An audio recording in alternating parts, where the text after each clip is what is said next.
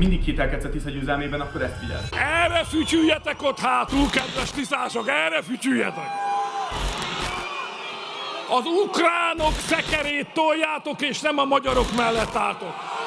Ukrán barát kormányt akartok, és el akarjátok vinni a magyarok pénzét Ukrajnába. Ez az igazság. Valószínűleg nem így viselkedik valaki, aki ennyire biztos a győzelmében. Elképesztő ezt a szétesést látni a magyar miniszterelnöktől. Igen, ezt te is, meg én is érzem, de azért ne erre alapozzuk a biztos Tisza győzelmet. Nagyon nagy most mindannyiunkban a feszültség, hogy végre küldjük már el ezt a kormányt, de nem kell mindenkinek nekiesni, aki fideszes, egy kicsit nyugodjunk meg, mert tényleg nincs mitől félned. Úgyhogy beszéljünk arról, hogy mi lesz ezeken a választásokon. Kettő dolog miatt állítom azt, hogy a Tisza meg fogja nyerni a választást. Az egyik az előbb is látott kapkodása a Fidesznek, a másik pedig a közvéleménykutatások. Beszéljünk az utóbbiról. A közvéleménykutatásoknak mindig van egy hiba határa, meg hát persze kérdés, hogy mennyire megbízható az adott intézet. Én a legreálisabb előrejelzésnek a Partizán mandátum szimulációját gondolom, azért mert az ő általuk használt módszertan ugyanazokkal a közvéleménykutató intézetekkel a 2022-es választások előtti mérések szerint kimutatta a Fidesz győzelmet. Két különböző kutatóintézet méréseit veszi figyelembe és súlyozza bizonyos szempontok alapján. Szerint a módszertan szerint 73,1% esélye van annak, hogy Tisza többség lesz,